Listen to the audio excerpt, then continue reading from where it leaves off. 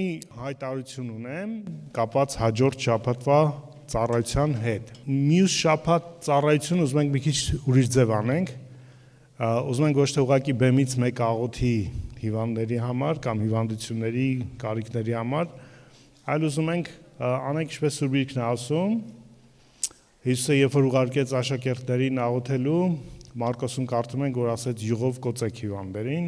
Հակոբոսն ենք տեսնում, ասում է կաղոթեք, կանչեք երեցներին, որ աղոթեն եւ յուղով օծեն Տիրոջ անունով։ Ուզում ենք հատուկ աղոթենք երեցներով, հովիվներով, առաջնորդներով, բոլորի համար, ովքեր կարիք ունեն առողջական, եւ նաեւ յուղով օծենք։ Դավոյան եւ երկինք սպան մեզ տրամադրել է Երուսաղեմից հատուկ բերվել են օծման յուղեր, մյուս կիրակի այդ յուղերով ենք օծելու ձեզ բոլորիդ։ Իհարկե մեր հույսը Տիրոջ վրա է, ոչ թե յուղի վրա է, բայց դե հաճելի է, շնորհակալություն Դավոյաններին։ Հիսուսը ինչպես էր բժշկում։ Ինչպես էր բժշկում։ Նկատել եք, որ ավետարանում կարդում ենք ոնց էր բժշկում։ Ոնց որ սովորական ծոր մի բաժակ ջուր խմեր։ Բժշկում են ոնց որ ջուր կտար։ Ուզում եմ դեր եթե կամենաս մաքր ինձ։ Կամենում եմ, մաքրվի։ Վերջ։ Թող բացվեն, թող փոխվել է Տերը։ Հիսուս Քրիստոս նույնն է երեք այսօր հավիտյան։ Եկեք այդ չփոխված Տիրոջը վերապրենք մյուս կիրակի մեր մեջ իր ազորությունով։ Ամեն։ Բարդ Տիրոջը։ Նկատում ենք, որ բոլոր այդ քաղաքակրթությունների մեջ բացի այն որ բոլորը ունեն աստվածության գաղափարը ու կարիքը անգամ, չէ՞, իսկ ինչ որ կյանքի շատ հարցեր, ոլորտներ կախման մեջ են դրել կամ հավատացել այդ աստվածություններից, հա, բնության հետ կապված, առողջության հետ կապված, կենցաղի հետ կապված։ Բացի այն, որ իրանք կան եւ կյանքի շատ ոլորտներ իրանք հավատում են, որ կախված են այդ աստվածների, գերբնական այդ էակների տրամաբանությունից, չգիտեմ, տրամադրությունից անգամ երբեմն մյուս կարևոր դիտարկումն է, իրանք բոլորը մարդկային հատկություններ ունեն, մարդկային կերպարներ ունեն որոշակի։ Մարդկային պատմության մեջ շատ այլ, տենց ասած, աստվածություններ են հորինվել, բայց եթե նայենք իրանք ժամանակի մեջ մաղվել են, եւ այսօրվա գոյություն ունեցող նույնիսկ կրոնների մեջ հիմնականում մարդակերպար աստվածություններն են։ Ինչու՞։ Որովհետև իրականում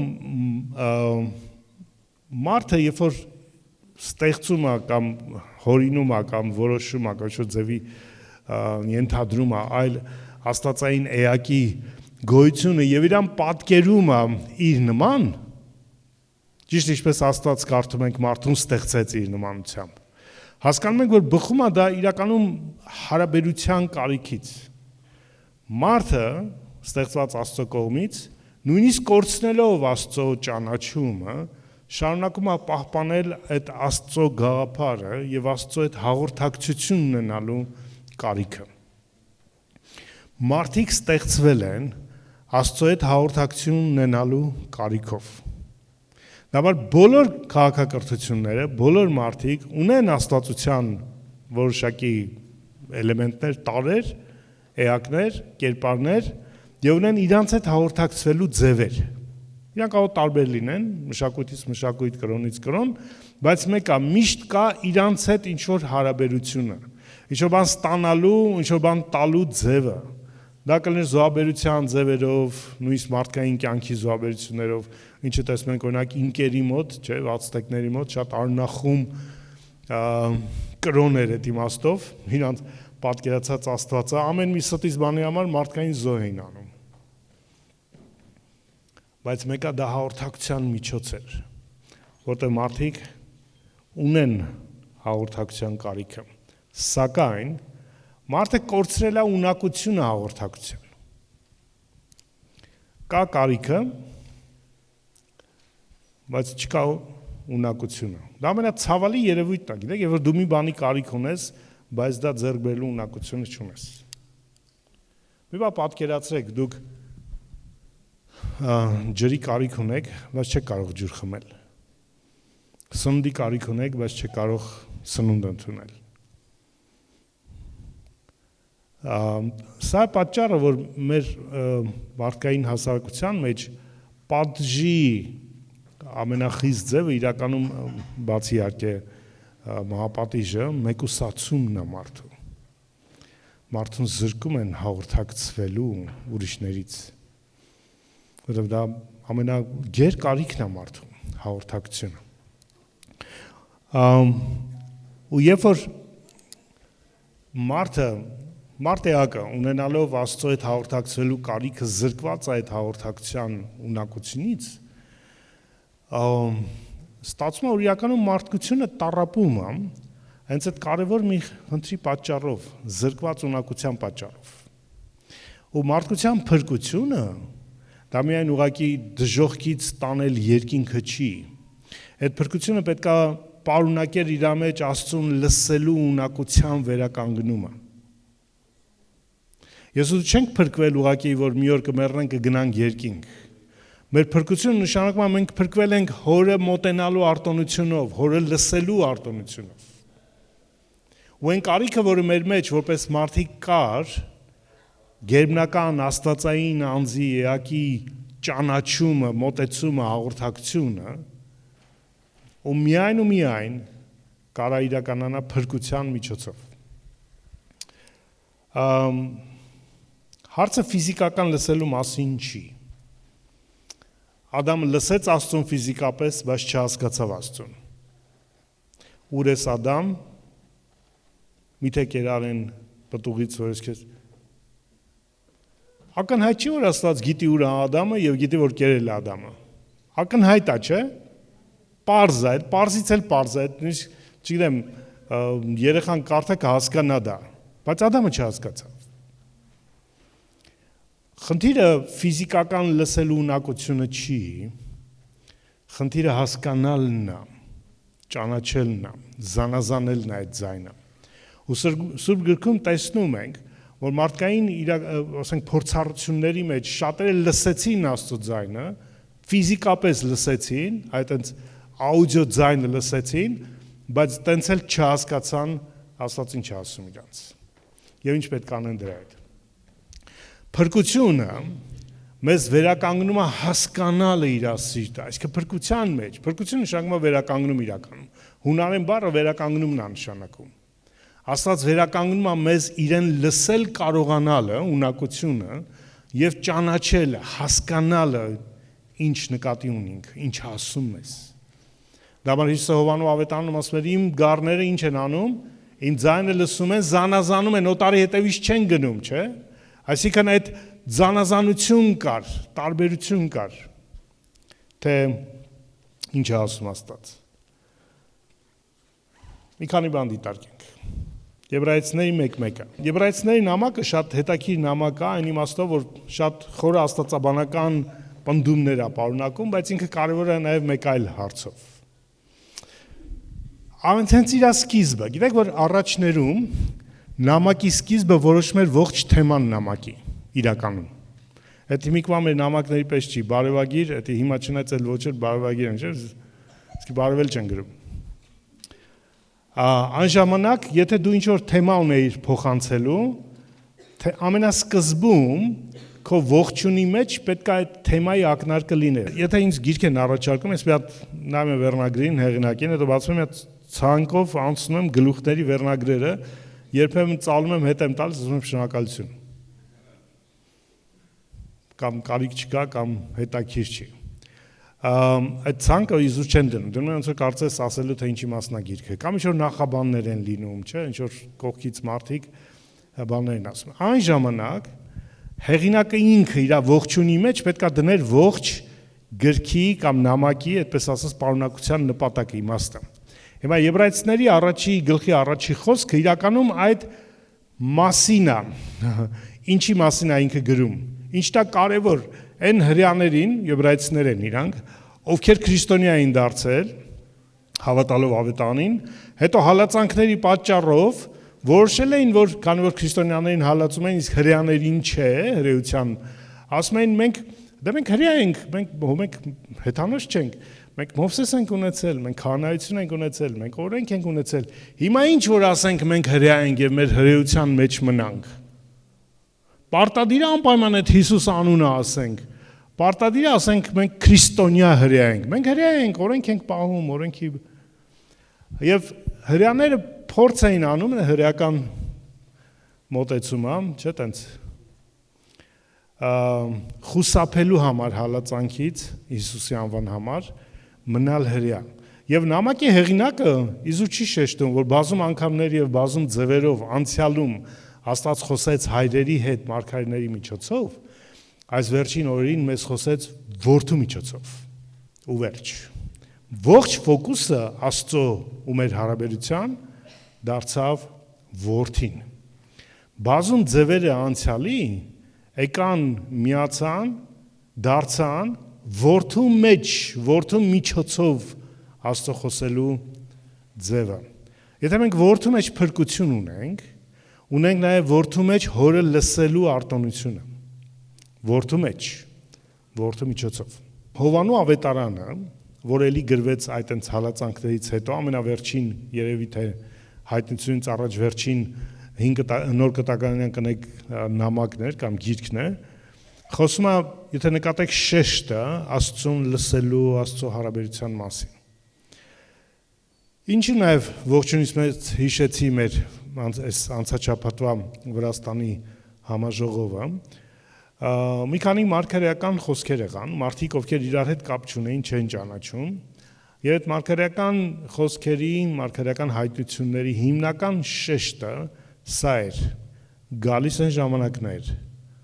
որտեղ պիտի եկեղեցին կարողանա զանազանել Աստծո ձայնը ու շարժվել այդ ձայնով, այլապես տանուլ է տալու ճակատամարտերը։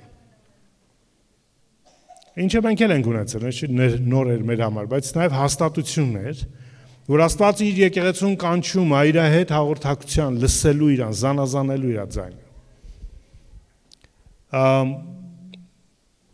Եկեղեցու կյանքը, աշխարհի կյանքը տարբեր պերիոդներ են անցնում, տարբեր շրջաններ են անցնում։ Կա խաղաղության շրջանը, կա ապահովության շրջանը, բայց կա նաև պայքարի շրջան։ Պայքարի մեջ ամենակարևորը հրամանատարի ձայնը լսելն է իրականում։ Զորքը եթե չլսեց հրամանատարի ձայնը, չի կարող ճիշտ շարժվել, ճիշտ որոշումներ կատարել, ճիշտ քայլեր վերցնել։ Հիմա Աստված ուզում է, որ մեր ամենքս, ոչ թե հովիվները, առաքյալները, մարգարեները, հա, առաջնորդները, այլ ամենքս սովորենք, լսենք, որտեղ դա մեր արտոնությունն է, դա մեր փրկության մասն է, լսել հոր ձայնը։ Դա մեր որդիության կարիքն է։ Ու այդ իր հոր կարիքն է, հայրն էլ ուզում է, որ որդիները խոսեն իրեն, չէ, որդիները լսեն իրեն։ Հարաբերություն ունեն։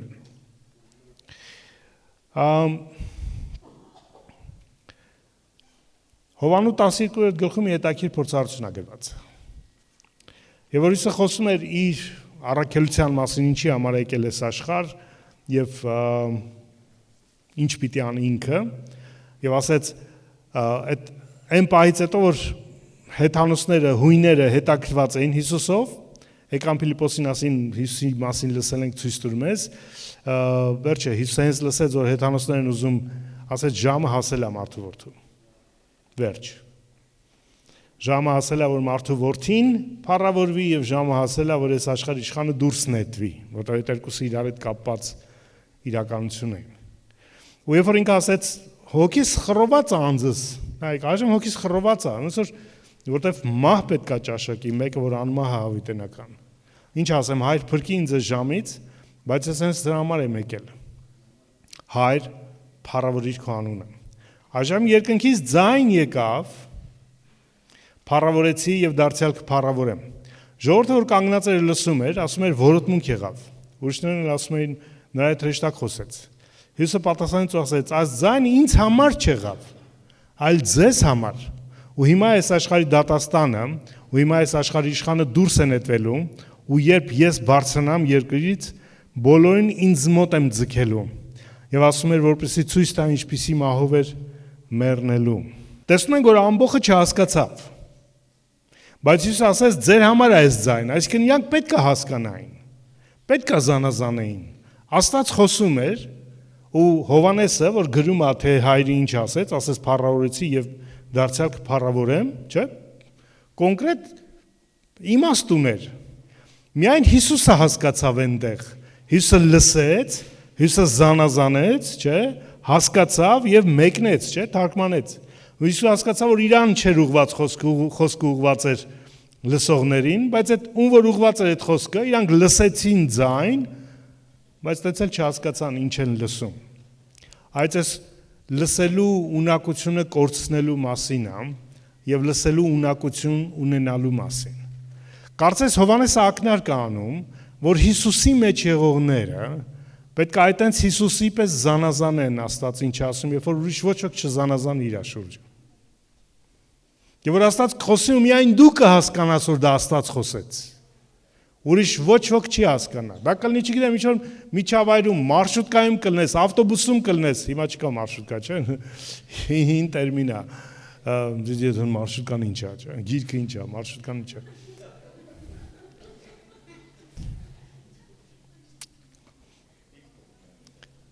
Երկուքին կկռվեն իրար հետ, Աստված կխոսի քեզ դրա միջոցով։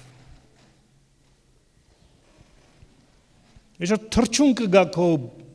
պատշգամբին, դա կխոսի Աստված քո հետ։ Աստված տարբեր ձևերով խոսելու բանն է, լսելու խնդիրն է, զանազանելու խնդիրն է։ Եվ Հիսուսը կարծես ասում է, որ իրենները, ովքեր իր մեջ են, հա, իրենով փրկված են, նաև զանազանելու են, հասկանալու են, ճանաչելու են, թե հայր ինչ է խոսում։ Ու Հովանեսը նկարագրում է ամբողջ այնտեղ չհասկացավ։ Ոմանք ասեցին ամպրոպ էր։ Ամպրոպը չէ բնական երևույթ է, չէ՞։ Այսինքն գերբնական երևույթին Աստված խոսեց գերբնական, իրանք տվեցին բնական ինչ-որ նկարագիր։ Մի բան որ միշտ էլ լինում է, հա, էլ այդ ամպրոպը լինում է, այս եղանակին, այս ժամանակին միշտ էլ ամպրոպ է լինում։ Չգիտեմ, մեկը ասեց երևի բանի վրա էր, Hi-Fi-ի վրա էր, մյուսը կարում ամպրոպ էր, էլի։ Մի բան, ինչը իրանց կյանքի հետ կապ չունի։ Ու այսօր էլ շատերի կյանքում եթե խոսա Աստված, իրանք չեն հասկանա այդ։ Որտեղ Հիսուսը իրանց հետ ոչ մի կապ չունի, իրանց կյանքի հետ կապ չունի։ Հիսուսի անունը գիտեն մարդիկ, լիքը, հարցրա, բոլոր գիտեն Հիսուսը Աստծո որդին, չգիտեմ, նույնիսկ ասեն խաչվել է մեր համար, հարություն առել մեր համար, բայց իրանց կյանքի հետ Հիսուսը կապ չունի, ճիշտ է ամպրոպի նման ձայն Աստծո խոսքը, բոլորի տներում այսօր Աստվածաշունչ կա։ Գուցե հատուկ շորել ունեն փոշին մաքրում դնում են այն կողմ, բարձի տակ են դնում երեխան, երբ որ լավ չի, որ բժշկվի, բայց կապ չունեն իր հետ, տեղյակ են, բայց հասանելի է գերբնականը, բայց այդ գերբնական իրանց համար դարձել է բնական մի հատ սովորական ոչ անհրաժեշտ եւ իրանց կյանքի հետ կապ չունեցող մի երևույթ։ Կարող ասում են մեռնեմ իր զորությանը, խաչը համբյուրում են, չգիտեմ, պատկերն են, մտնում ես տրանսպորտի մեջ կախված է Հիսուսի նկարն է կամ չգիտեմ խաչն է եւ այլն, բայց խաչը Հիսուսը կապ չունի իրանց կյանքի հետ։ Որոտում ինպես մի բան։ Չեմ կարծում դա շատ նման էր որոտմանը, բայց մարդիկ կան, որոնք սիրում են ամեն ինչին պատասխան ունենան։ Ամեն ինչից տեղյակ են իրանք, ամեն ինչի մասնագետ են։ Ծովից ես խոսում իրանք նավաստի են, օդից ես խոսում իրանք օդաչու են, բժշկությունից ես խոսում իրանք բժիշկ են, հələ մասնագետն էլ խրատում են, ասում են դու չգիտեք դες մարդկանց։ Կարծեմ գիտենք, չէ՞։ Մանավանդ հայերի մեջ ամեն երկրորդը երևի։ Ես վկա եմ եղել, մասնագետ բժշկի հետ խոսում, բժիշկը ասես ինչ-որ բան ասում է, չէ, դա ասում է դու չգիտես ու ինքնա։ Մենք ամեն ինչ գիտենք ու չգիտենք։ Այդպես էլ իրանք գիտեին, թե գիտեն, այդ ամպրոպ էր, բայց իրականում չգիտեին ինչ կարևոր բան հնչեց։ Փառավորեցի ու նորից պիտի փառավորեմ։ Ու այս խոսքը մեզ էր ուղված, որ Աստված իր անունը փառավորել է, ու նորից է փառավորելու։ Ինչ է այդ նշանակում երկու անգամ փառավորումը իր անվան։ Հայր մեր, որ երկնքում ես քո անունը սուրբ լինի, քո թագավորություն գա։ Երբ Աստված իր անունը փառավորելցի ու էլի պիտի փառավորեմ։ Չէ՞ ոնց որ Աստված կրկնում, ուզում ասի, ես ինչպես արել եմ, այդպես էլի անելու եմ։ Առաջին անգամ Աստված փառավորեց իր անունը, երբ որ ստեղծեց արարչագործությունը։ Որտեղ քանի արարչագործությունը չի ստեղծվել, չկա Աստծո կարողության դրսևորումը։ Քանի դեռ դու չես ստեղծել արարել մի բան, չի երևում դու ինչի ես ընդունակ։ Համաձայն եք։ Ես իմ ասեմ, ես կարող եմ Միքելանջելոյի պես քանդակ անել, հա, ասելով հեշտ է։ Բայց քանի դեռ քանդակը չեմ ստեղծագործել, դուք չեք կարող ասել այո։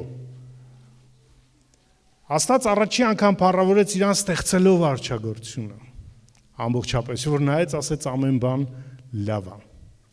Դա իր փառքի նկարագիրն էր, եւ մարդուն իր պատկերով, իր նմանությամբ ստեղծելով այդ արարչագործության մեջ, պատվիրելով, չաճեցեք, շատացեք, երկիրը լցրեք։ Սա Աստծո փառքն էր։ Բայց անկում եղավ։ Չէ՞։ Ադամը մեղանչեց եւ ողջ նյութական արարչագործությունը ընկավ, հրեշտակը երկնքում ապստամբեց, հրեշտակային անկում եղավ, չէ՞, ոնց որ երկինքի մի մասը երկիրը ամբողջությամբ ապականվեց։ Ու երբ Աստված ասում է փառավորեցի, դա առաջինն էր, ու ելիք փառավորեմ, նշանակում է նորի այդ փրկության մասն էր, որ այն իմ առաջի փառքը, որը ապականվեց, նորից վերականգնելու եմ։ Պատկերացնում եք մեզ ինչ է ասում Աստված, մեզ մարդկանցս, որ մահը վերջանալու է, ցավը վերջանալու է, հիվանդությունը վերջանալու է, սատանան իր, չգիտեմ, դժոխքը, իր նեղությունները, ամեն ինչ որ բացասական, այն որ հակառակ Աստծո կամքին փառքին վերանալու է, որտեղ Աստված փառավորելու է նորից իր անունը, նոր արարչագործություն է լինելու, նոր ձևի, հալելույա։ Մարդիկ ինչ են ասում, ամպրոպեր, հա դե խոսում է էլի, հա դե գիտենք այդ ավետարանը, հա այդ Հիսուսը այն ինչ որ խոստացել է Աստված, ինչ որ տվել է իր փառքի մեջ, ու մեկ էլ այդտենց վերաբերմունք կարա լինի։ Մի զարմացեք, երբ որ ինչ որ մի DJ ավելի շատ մարդ կարող է հավաքի, քան ավետարան քարոզողը։ Այս աշխարհի համար դա օքեյ է։ Ցավոք իհարկե։ Մարդիկ չհասկացան։ Ոմանք էլ չափից շատ գերբնականացրին, ասին հրեշտակ է խոսել իր հետ։ Բայց էլի կարծես թե իրանք ավելին տենց ինչ-որ հասկացող էին, գերբնականացրին, բայց իրականում էլի տենց շեղեցին իրական ճշմարտությունից։ Մի մասը բնական պատասխան տվեց, լրիվ կորցրեց, մյուսը իբր թե գերբնական տվեց, բայց մեկը էլի լուծում չտվեց, նախ որ իր հետ խոսեց ու հրեշտակ խոսեց։ Նախ հրեշտակ չխոսեց, Աստված խոսեց, երկրորդ էլ Հիսուսի հետ չխոսեց, խոսեց մարդկանց, որտեղ Հիսուս ասեց իմ համար չեկավ այս ձայնը, ձեր համար եկավ, ասած ձեզ խոսեց։ Ոմանք էլ իրանց դրել են հոգևոր մասնագետների տեղ եւ փորձում են բացատրություններ տալ, չգիտեմ ինչ որ եթե բացատրության կամ ներկայացման կամ հայտնության հիմքը չի գալիս Աստծո ձայնը զանազանելուց իրական, ոնց որ Հիսուսն էր զանազանում, ոնց որ ասեց, ինձ չէր, ձեզ խոսեց ու Աստված էր, ոչ թե հրեշտակը, հա, այն որ хорошая попытка, но неправильно, լավ էր փորձեցիք, բայց չստացվեց, ոմանք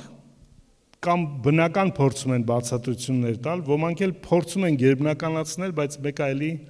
ծրվում են։ Միայն նրանք, ովքեր իրապես որդիներն են Աստծո, ճիշտ ոնց որ Հիսուսն էր, կարող են լսել, զանազանել, ճանաչել եւ հասկանալ Հոր ձայնը։ Իրանք չեն հասկանում, իրանք մեղավոր չեն իրականորեն չեն հասկանում, որտեղ իրանց հայրը Ադամն էլ չհասկացավ։ Իզուր չի որ Հիսուսը ասում է հիմա այս աշխարհի դատաստանը, այս աշխարհի իշխանը դուրս է նետվելու։ Ու եթե նայեք շարժումը դուրս է նետվելու ու ես բոլորին ինձ եմ քաշելու։ Այդ արտահայտությունը քաշել իրականում դուրս հանելու, դուրս քաշելու արտահայտությունն է հունարենում։ Ճիշտ մարդը գտնվում է մի փոսի մեջ, որտեղ հնարավոր չի զանազանել։ Եղել է որ փոքր ժամանակ ինչ որ մի տակառի մեջ հայտնվեք կամ խալի մեջ ձեզ փաթաթեն։ Այսինքն մի հատ բան տարածության մեջ եք հայտնում։ Չի եղել ձեզ այդպես։ Տակառների մեջ տղա երեխեքը հաստատ տակառներում հայտնվել են։ Որ մեկը քեզ խոսում է, դու ձայն լսում ես, որ ձայն կա, բայց չես հասկանում ինչ ա, չէ՞։ Միջև գլուխը չես հանում տակառից, չես լսում։ Այդ Հիսուսի ասածը, որ մարդը, որը գտնվում է այդ կորստի փոսի մեջ, կորստի իրականության մեջ, չի կարող զանազանել Աստծուն։ Ակնկալել, որ կորստի մեջ ընկած մարդը, կորած մարդը կարող է լսել եւ զանազանել Աստծո ձայնը անիմաստ է։ Անհնարին է իրանց։ Ադամը լսեց չհասկացավ, Կայինը լսեց չհասկացավ, Բաղամը լսեց չհասկացավ։ Հնարավոր չի, միայն նրանք, ովքեր Քրիստոսի մեջ փրկված են, որդիներն են Աստծո, լցված են իր հոգով, իրանք են կարողանում լսել ու զանազանել Աստծո ձայնը։ Նրանք են Աստծո որդիները, ովքեր Աստծո հոգով են առաջնորդվում, հա, ում Աստծո հոգին բացում է, հայտնում է մեզ հոր կամքը, հոր միտքը։ Ողջ հատվածը այս խոսում է նրա մասին, որ մինչև չլներ այդ փրկությունը Քրիստոսի մեջ, մարդկությունը ունակ չէր, ցանկացած մեկը ունակ չէր իրականում լսել հոր ձայնը։ Ու մենք ունենք այդ արտոնությունը, փաստորեն։